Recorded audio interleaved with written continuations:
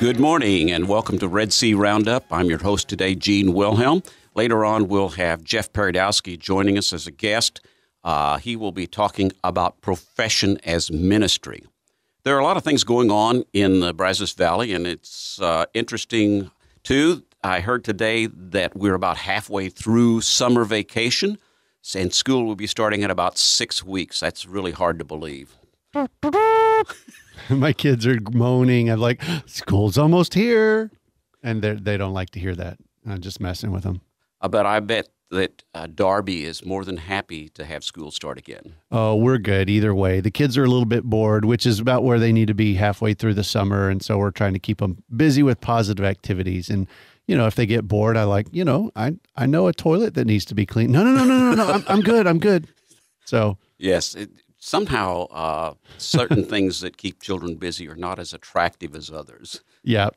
They want to be kept busy in their way. How are you doing today, Gene? I am doing fine, thank you. Everything is going well. But today is July 14th, 2015, and it is a feast of St. Kateri Tekakwitha. Oh, say that twice. Kateri Tekakwitha. You don't have to. Whenever I hear about this saint, I'm reminded of a man that I knew someplace else where I lived who had a ministry to committed Catholic men. And those Catholic men are committed to Jesus Christ, not in a mental institution. So, but he was giving a talk one time and to the men, and I don't remember what the topic was, but he mentioned to us that he had an image of Kateri Tekakwitha where he paid his bills, as a reminder to him that when he shouldn't complain about his bills because in the end, you can't take a with them. No, that's very bad. Yes, it is. But I've remembered it because that's the kind of humor that I have, as you well know, Dennis. A poor sense of humor, Gene? Well, that actually was very funny. Actually, and he actually prepped me beforehand. He said he had a little pun, and so I knew something was coming, but that was better than I thought. That was good, Gene. Well, I'm glad you liked it, Dennis. We'll have to try to come up with something similar the next time I'm on. And the readings today were very interesting at Mass in that the first reading speaks of Moses' birth and his being taken in as an adopted son of Pharaoh's daughter. And then it talks about what happened when he finally realized that he was Hebrew. And if you look at Moses' life, his life is basically broken into three 40-year periods, pardon me. And the events of this that are recounted today at the end of the first reading are when he was about 40 years old, and when he realized that he was more than the son of Pharaoh's daughter. And then after the events in today's gospel, he spends 40 years in the desert learning to be a shepherd, and that's when he receives the call that God had placed on his life, so he can come back and rescue the people. And the thing that I think is very prophetic in here, and is that when Moses was doing these events, it talks about how he came and saw an Egyptian treating the Hebrew slaves badly, and he kills the Egyptian and buries him in the sand. So in a way, he had maybe some sense of what his call in life was, but as many of us do, he initially had a very human solution to what that call was. And so when the next day he came back and was trying to break up a fight between two of the Hebrew slaves, and one of them asked him, "Who made you our leader?" But God had made him their leader, but he wasn't really ready to be their leader. He didn't quite know it yet. He didn't know it yet, and he hadn't had the preparation. And in a way, it's prophetic that he would be their leader 40 years later. And if you look at a lot of when he was trying to liberate them and take them in the desert to the promised land, they asked that same question many times. Who made you our leader? Wow. So, and I think it tells us something about how God maybe has a call on our life that we don't realize, and it takes a great deal of time to understand what that call is and to live it out in the way that God wants. And often, in the meantime, we do things in our own power and with a very human way of doing it rather than in the power of the Holy Spirit. And speaking of trying to do things the way God wants us to do them, one of the events that we have coming up, or a couple of the events that we have coming up in the next few days, is as Christians, we're all called to imitate Jesus Christ. And when Jesus was on earth, the culmination of his ministry was when he shed his blood for others, including ourselves. If we're to imitate Jesus Christ, there is an opportunity for us to do that a couple of times in the next week or so, and that is by donating blood so someone else may live. I thought you were about to, that was a lead into Vacation Bible School, maybe. No, not today. No blood donating at Vacation Bible School. Hopefully not, because having done that myself one time was the first day of a summer camp type thing, and a young man slammed his finger in a window, a metal window, and the first thing I had to do is to take him to the emergency room. Wow. So donating blood is a couple of opportunities. Are they local, nearby at some churches? Yes, they are. As a matter of fact, both of them are, one of them's in College Station and one of them's in Bryan. Tomorrow on Wednesday, July 15th, between 11 and 5 p.m., you will have the opportunity to donate blood here at St. Mary's Catholic Center in the Student Center in room 101. You can go to the webpage, giveblood.org, to register, or you can just come by the front desk, or just show up tomorrow sometime between 11 and 5.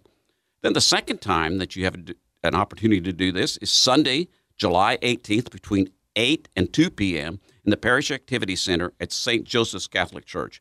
You can call 979-822-2990 or email Charlie Ballou at cballew54@gmail.com. Or, you can just show up on the 19th and stick out your arm. That'll work. My grandfather was I don't know, I forgot the exact number. I need to look this back up. It was like a 9 or so gallon donor throughout his life. And so upon his death many years ago, I said, I want to be able to try to match that. So I try to give blood as often as I can, and I need to try to remember more often. So, yes, I envy him, because when I gave blood on a regular basis, and I got up to the gallon or gallon and a half slot, and at that point in time I had a health issue that doesn't allow me to disqualifies me. So, but it's very good. It's really not that painful, and it does a lot of good for people. And it is a way that you can minister to other people, and they're almost always people that you don't really know. Well, if you show up after 2:00, I'll be in the line after tomorrow's Mystery of Parenthood show. I'll give blood after the show, just in case. Okay. So if any of you before. want to see what Dennis looks like, you have that opportunity to see what Dennis looks like after 2:00 tomorrow, and then when you see him, make sure that you stick around to give blood as well. Yep, and you'll see that my blood is truly maroon. Well, having not graduated from A&M because I was in a totally different location, mine does not bleed gold or black, which were my school colors. Mine is red. Due to contrary to popular thought, Gene is not a lizard. No, I'm not. I don't know. I'm just green and black blood. So yeah, okay. All right, next topic. Well, we have another opportunity to express your love for Christ and following Christ in ministering to other people, and that especially to his body and to the church through ministering to children. We have a couple of places that were in the bulletins this last week for parishes that are needing additional help with their religious education. One of those is at St. Anthony's, and to do that, you contact Beth Coles, that's BCOWLES at StAnthony.org, or you can call the church office to get more information or to volunteer. The other opportunity is at St. Thomas Aquinas in College Station, and there you would contact Terry Duhon, and the email address is children@stabcs.org, or you can call 979-6 693-6994 at extension 120. And if you didn't get any of this information, I would invite you to go to our website, redsearadio.org, click on the resources button, and then local churches, and there you will be able to find the bulletins and go all the bulletins. There's a link there to the bulletins, so you can find out for yourself. I'm sure that St. Joseph's also needs some assistance with that, and you can contact St. Joseph's, but I didn't see anything in the bulletin about them. This can be a very rewarding thing to do because when I was much younger and had quite a bit more hair, and it was of a color that I would prefer to what mine is today, we did a lot of work with young people in religious education. Marion and I did. And it's very rewarding when the children learn something. And in one particular case, one of the young people that we did, I guess it was the year that we were married, later married somebody else that we knew, and I was invited to be best man at their wedding. Oh, that would be nice. So not always those kinds of rewards, but there are a lot of rewards. And if you plan to do this, there's something else that you need to do, and that's the next announcement here, is that there's something called EIM, Ethics and Integrity in Ministry. In order to minister in almost any capacity in the Austin Diocese, people are required to take these courses, and they are really to help us understand how we can look for signs of abuse against the vulnerable people that we're serving. And there are two classes that are offered. One is the basic class or the beginning class, and that's about 3 hours long, and then every 3 years you need to go through a refresher. There are a couple of opportunities to take the basic class if you choose to do so, and it probably would be a good thing to do just in case you have a situation during the year where you want to minister in a particular parish or maybe volunteer at St. Joseph's Hospital in a capacity. And that first one is, the first one we have is Friday, August 14th, between 9 and noon at St. Joseph's Catholic Church in Bryan. I believe that's in the, I'm not sure, I think it's in the Parish Activity Center, the PAC. And the second is Saturday, August 29th, between 9 and noon at St. Thomas Aquinas in College Station. We've taken this class many years ago, and it tells the individual who takes the class about some of the warning signs where there might be abuse and how you can work with someone who's abused or to report that. And it talks about your obligation as someone who's ministering to be able to do that. And you can probably say something about that as well, Dennis, because you in a previous life, you worked with people that might have been suffering abuse. Yeah, way back when I was a counselor for abused and neglected youth. And yes, this is a a topic that is very near and dear to my heart.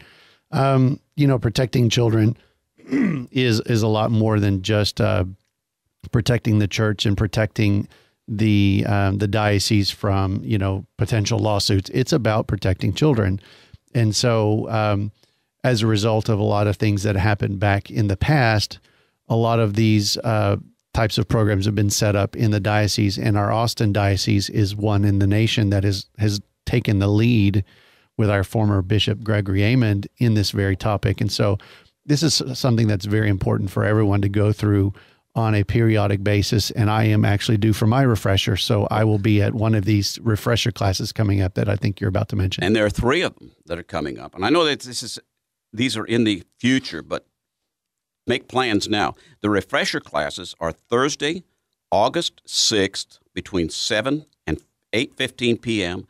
at St. Thomas Aquinas in College Station.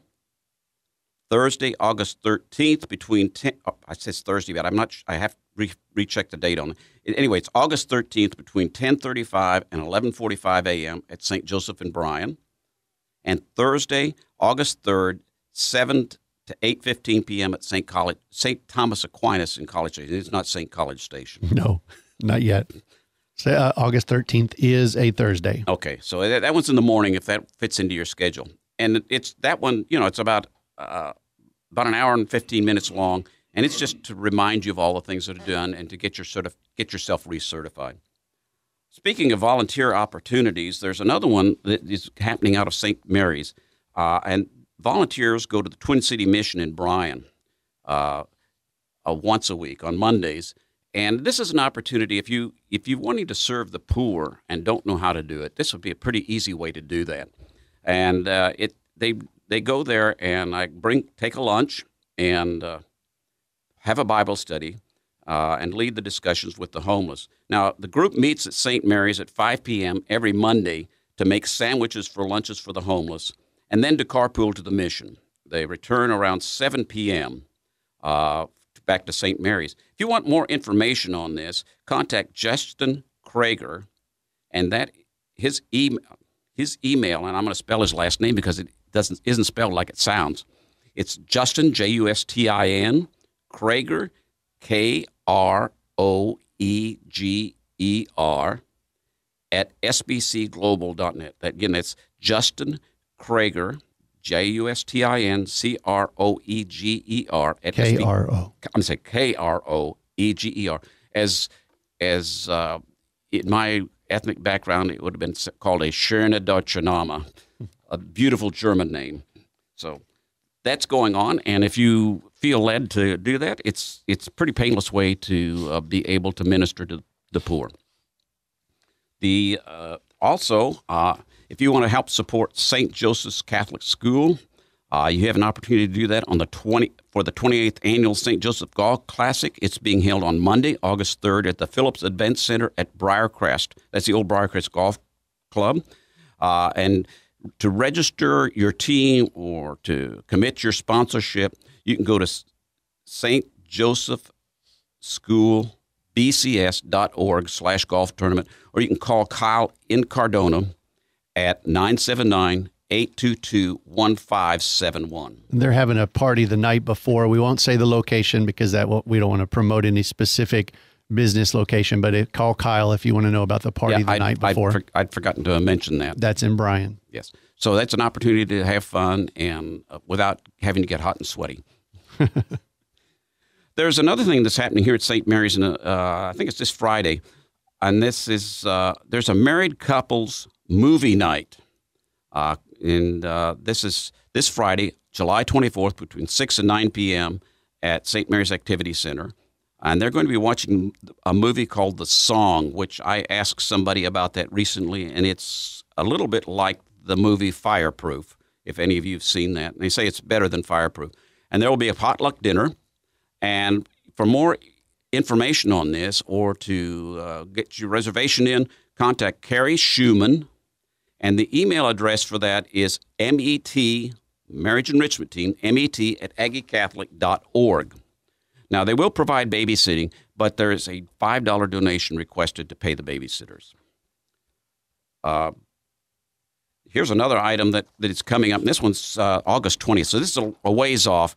But for those of you who are either in the farming and ranching business or like to support our farmers, the 26th Annual Rural Life Mass will be celebrated August 20th at 6 p.m. at St. Anne's in Somerville.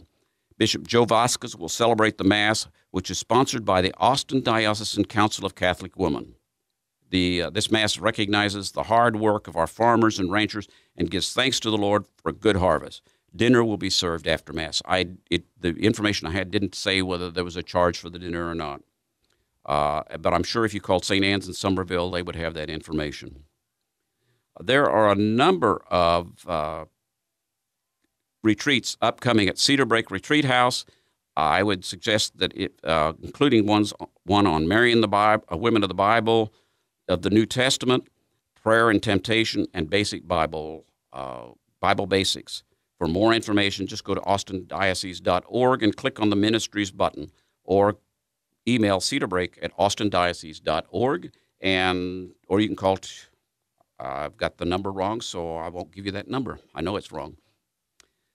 What else we got going on, Dennis? I think we have a break coming up before our next guest is coming in. Jeff Paradowski is coming in to talk about ministry and work. Is that correct? That's right. All right. So why don't we head to our break, and we'll be back with Jeff Paradowski.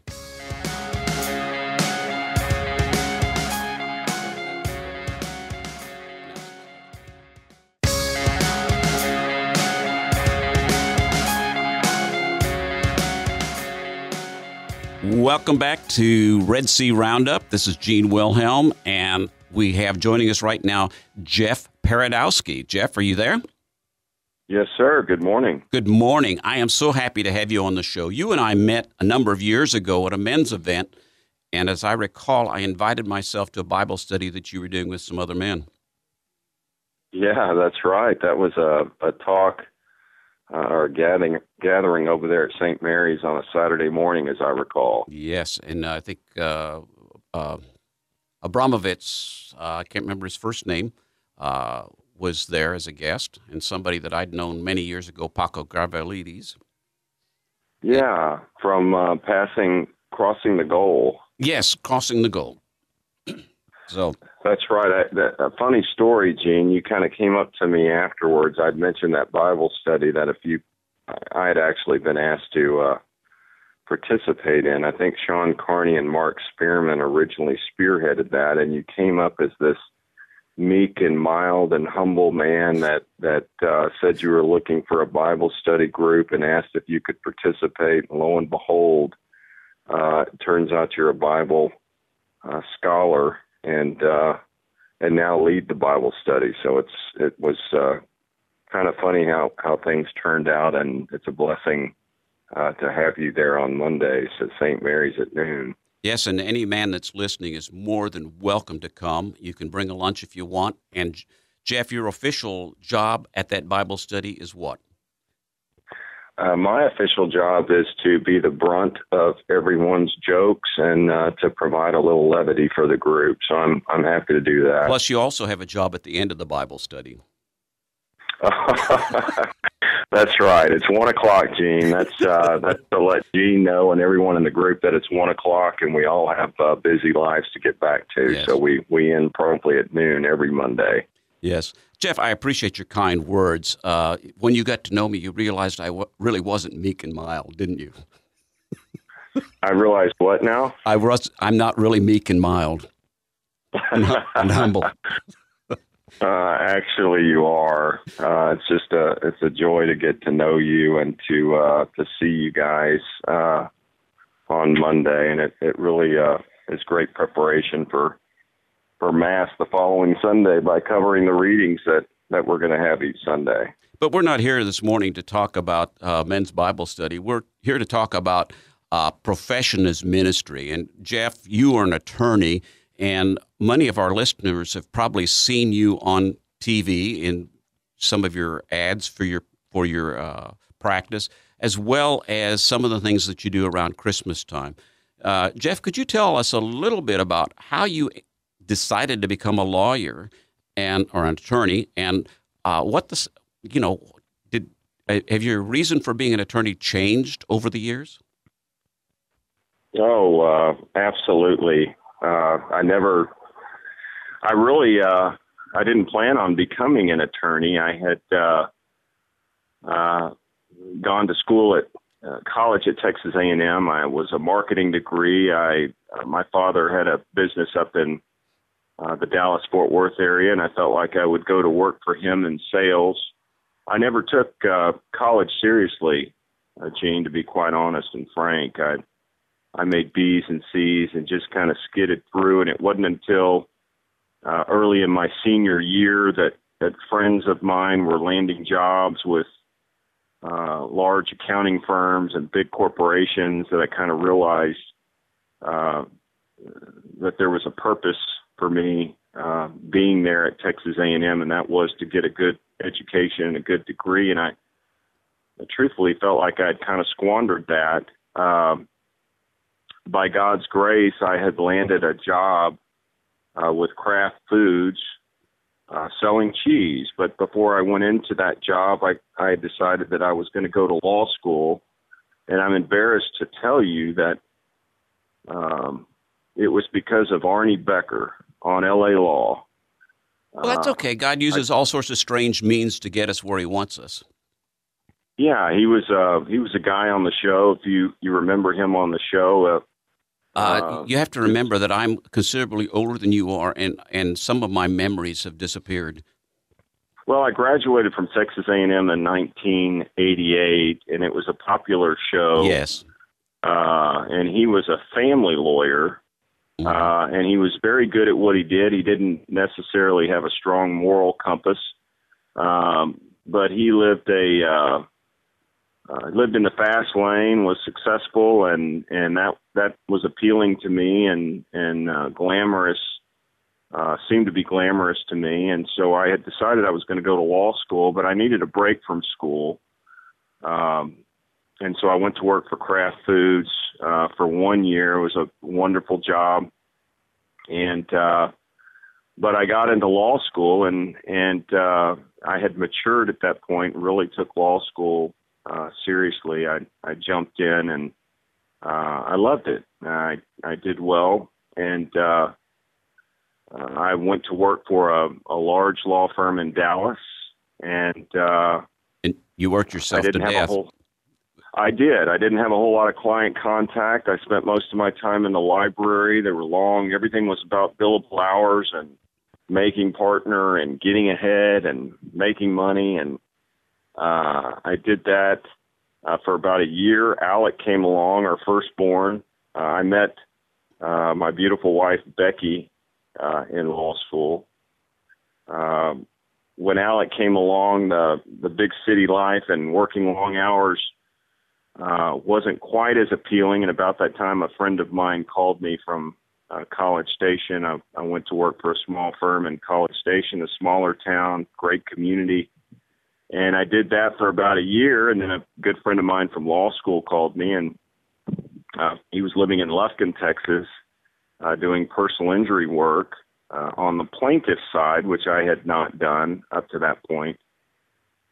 For his father in Lufkin, we moved out there for about 4 years, and practicing law out there at a very small firm on the plaintiff side taught me everything that I thought I knew about the law that I actually had no clue about, and eventually decided to go out on my own, and moving back to College Station was less intimidating. I knew some of the lawyers here and some of the judges, and so we did that. That was easier for me to do than, say, hanging out a shingle in Dallas or Austin or San Antonio. And so we came back, and we've been back ever since 1997 with my own firm. So what type of law do you primarily practice, Jeff? I do. It's civil trial work, personal injury. I'm on the plaintiff side. I represent individuals. Anybody who's been injured in any conceivable way. It's primarily car wrecks and trucking accidents, some on-the-job injuries. And I'm usually handling claims that are brought against the insurance company or with insurance companies, and so that's what I do. It's become you said how has it evolved? When I first started work, like I said, it was all about getting ahead, and the longer I've practiced, the more I've seen God's hand in my life. He's blessed me in so many ways, but it's allowed me to become more of a personal attorney who's representing people. When I started out, at a large firm, it was large corporations and insurance companies representing their interest, even though I had little contact with folks. And now I'm more on a face-to-face, person-to-person basis, representing people who have been injured or who have lost family members in car wrecks, trucking accidents, oil field injury cases. So it really gives me an opportunity to get face to face with someone who's at their lowest point, probably in their lifetime, and do what I can to help those people. And in the process, I end up developing very good friendships that last, long after I've finished representing them. Well, when I see the ads on television, and there are a number of attorneys that advertise, it seems like every 15 minutes, that emphasize more what's in it for me financially, trying to attract clients.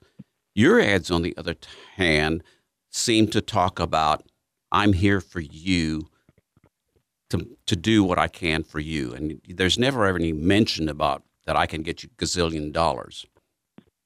Yeah, I appreciate that, Gene, and my philosophy on advertising has changed over the years, and I know exactly what you're talking about. We all do. It's not hard to turn on the television or hear on the radio about somebody who's going to make you millions of dollars on a case. Frankly, when I moved to College Station, I didn't believe in advertising. I just didn't feel like a good attorney needed to advertise his services. There was a wonderful lady that had called on me. I think she was with Suddenlink at the time. It was TCA Cable or Cable Time, and then I think they've sold out the Suddenlink. But I just told her I appreciated her calling on me, but I just didn't think that I wanted to advertise. And she stayed with me and was a real nice lady. And I asked her one day, what would you do if you were in my spot? She said, well, to be honest with you, I would be on the back of every phone book. I would be on television. I would be on billboards. And I kind of went home that night and thought, she's right. And so I did. I jumped into advertising. Seeing my big head and my name and phone number on a billboard the first time caused a lot of anxiety, but it ended up being a good thing. And then my philosophy on how to advertise has changed, because I think you're right. I think unfortunately lawyers in our profession have a bad name, and we don't. We tend to tell you about that on Mondays, don't we? Yeah, I'm reminded of it weekly, if not more so, even outside of Bible study. But I look at it optimistically, Gene. I think in a situation like that, it makes it easier to rise above that and to stand out and shine. So I kind of think about it. If everybody loved every single lawyer and every lawyer was great, it would be hard to distinguish yourself and to set yourself apart. So fortunately, the situation that I'm in is just the opposite. So I look at it as an opportunity, and that's how my view on advertising has changed. And hopefully I can stick to that, but I can't take all the credit. I've had wonderful people help me with advertising and give me ideas and kind of steer me through that stuff. So we try to do the best that we can. Yes, and I guess your advertising that I see and knowing you leads me to believe that you definitely take your profession as a way to minister to the people who are your clients. Yeah, most definitely.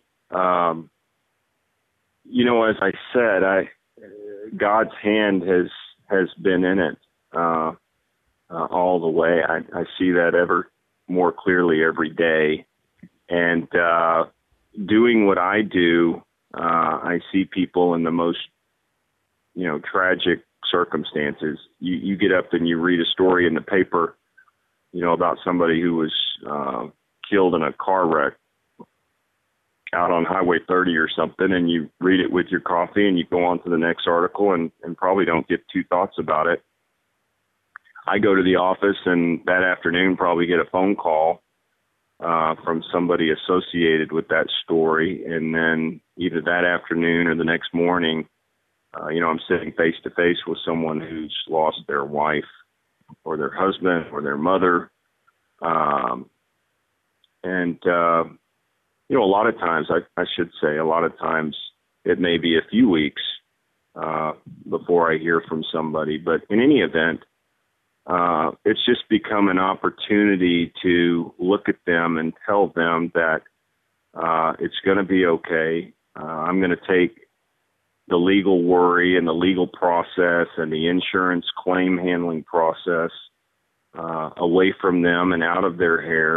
And all I want them to worry about is breathing, getting medical treatment if that's the case, doing what they need to do on their personal emotional or psychological side and let me take care of everything else on the legal side, because it can be intimidating, it can be daunting, and you may have a husband or father who was killed, and that's the family's sole source of income, and you may have somebody who doesn't know anything about where bank accounts are, or who to contact at the employer, or what doctor to go see.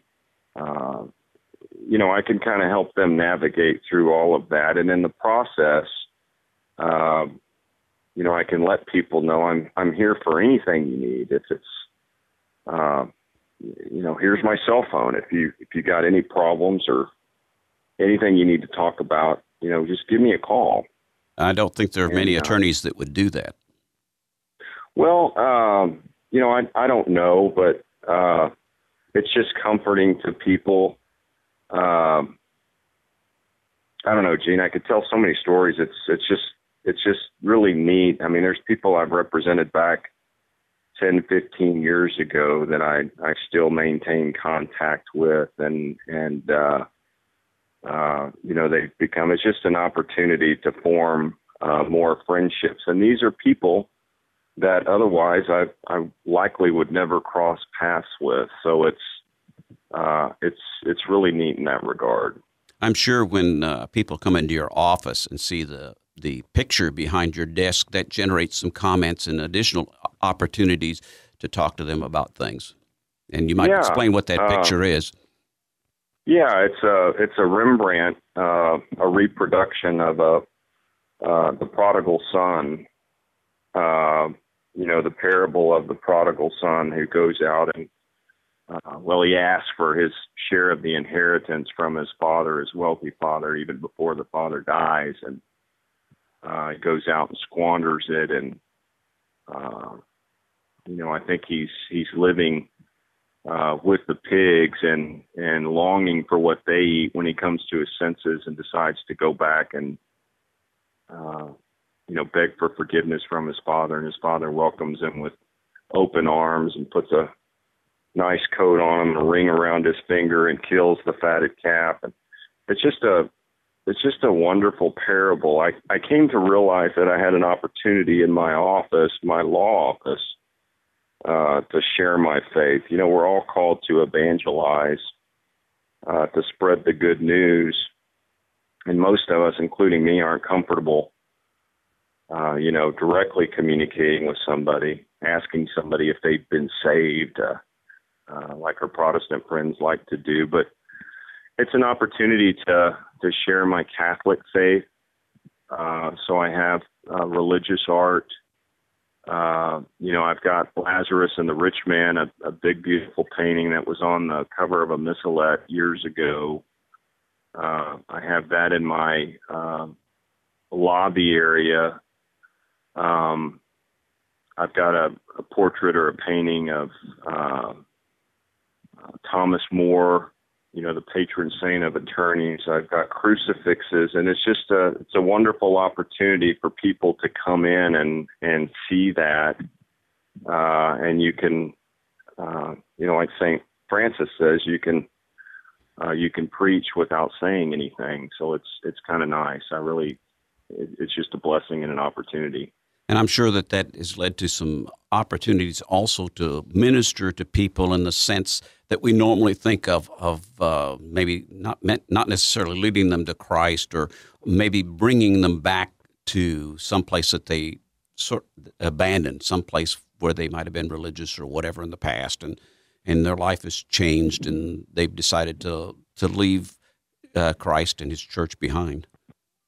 Yeah, most definitely, Gene, and some folks, that we all encounter every day, whether we realize it or not. There's a lot of folks that we encounter that don't know Christ, and frankly, that may not have been ever exposed to Christ and the good news. And so it's you have people that are fallen away. You have people that have never been there in the first place. And several of these things have generated, conversation or sparked a conversation in my office. So it's, it's really neat. Father Edwin at St. Thomas gave me a beautiful crucifix, and it's probably, I don't know, 4 feet tall. And it's the olive wood. The folks from Jerusalem who we see at church once or twice a year, he obtained the crucifix from them and gave it to me, and it's beautiful. You can't walk by that and not notice it. Just some great things. Whenever I see something that's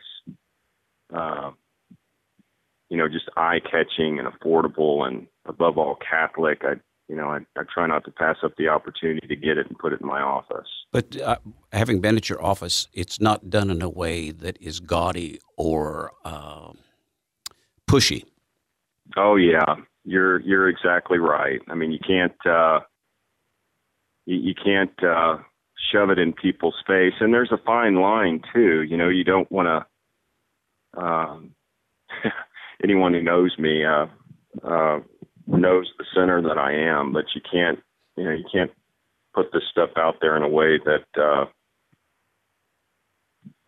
I guess tries to portray myself as someone other than who I am. But yeah, I appreciate you commenting on it. It's when we built the office back in, gosh, I guess it was 2005, 2006. We decorated it with Catholic, Aggie, and legal. So I've got several Aggie things, several Aggie pictures, and I've got pictures of the U.S. Supreme Court, although I may have to take those down. I understand. Or what you can do is just cut certain members of the court out of the picture. Yeah. There's 5 people I want to cut out of the picture, and we'll leave the other 4. But I appreciate you commenting on that. That's been great. So a person can be Aggie, Catholic, and an attorney? Mm-hmm. Yeah, absolutely. I'm left-handed and Polish too. So I've got several things. I remember in the days when it was not so politically incorrect to use ethnic jokes, that the worst ones were always about the Polish Aggies. The Polish left-handed Aggies. That's Yes. right. Now, Jeff, I'm sure that you have a couple of times where you have something very difficult that goes on in your relationship with your client. One might be that you invest time, money, and effort and find that out or discover or have to tell the client, you really don't have a claim. There's no way we can win this. Or the other would be when you give it your best effort and you really think you can win, and the jury decides that it's not really. It finds for the plaintiff, or for the defendant, rather than the plaintiff. Right. Most definitely. Well, first of all, let me say, there's several wise trial lawyers that have said, if you've never lost, then you haven't tried many cases. So, all you can do is put your best foot forward, give it your best shot, and yes, that's why we have jury trials, because there's a strong disagreement in a case over whether or not the insurance company should pay, and if so, how much. And, fortunately, we live in a free society where we have a right to a trial by jury of our peers who can decide. But the other thing about that is I spend, and I think any lawyer spends, a lot of their time counseling people on, the weaknesses of their case. I get calls every day, and unfortunately, I do my best to get back with everyone who calls me, and there's some who slip by, but I spend a whole lot of my time in person and on the telephone explaining to people why they don't have a case or why the law doesn't allow for a case. Medical negligence cases are very difficult cases. They're time consuming. They're expensive.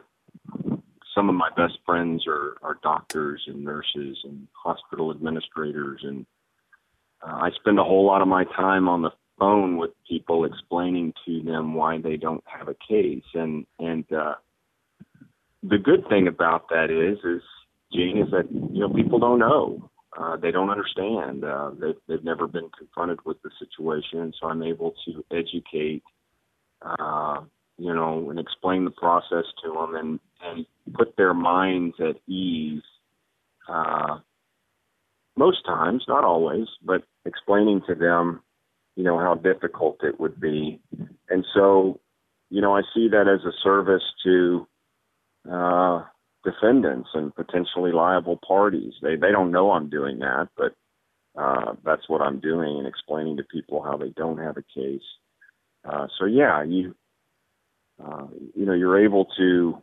It's not as though everyone who calls me has a great case. In fact, I would say just the opposite. More people who call me don't have a case, or for one reason or another, it wouldn't be practical for them to pursue a case, than those who call me with valid claims. And so it sounds to me as though your motivation there isn't so much the fact that most of your clients are taken on a contingency basis that they win, but rather on your motivation in doing that is to help the people understand what is real and what is unreal, and what they can expect, to put them in a situation that you don't want to put them in a situation where they're sorely disappointed down the road.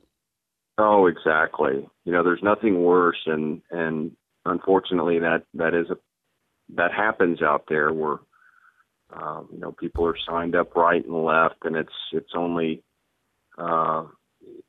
it's not until further down the road or in the process that they're cut loose. You don't have a case. I'm sorry, I can't help you anymore. And it's best to work all that out at the very beginning and investigate as much as you possibly can. It happens from time to time, Gene, where we get involved in a case and,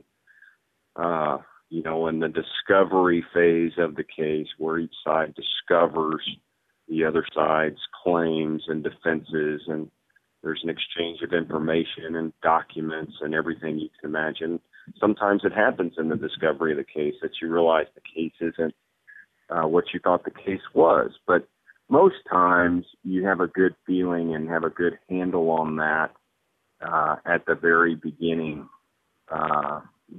when you're investigating the claim to begin with. And I've just found it's always best to be 100% honest and upfront with people in the very beginning, so that there's no misunderstanding. There's no, you didn't meet my expectations, none of that as the case proceeds. So the more honest you can be with people, and the more time you can spend on investigating the case before you go forward, the better. Well, one of the benefits that accrues to you and a lot of other people, aside from how you can help people who are in a situation where they've been wronged, is that you earn sufficient income there where you can help other people in other ways, right? Oh, most definitely.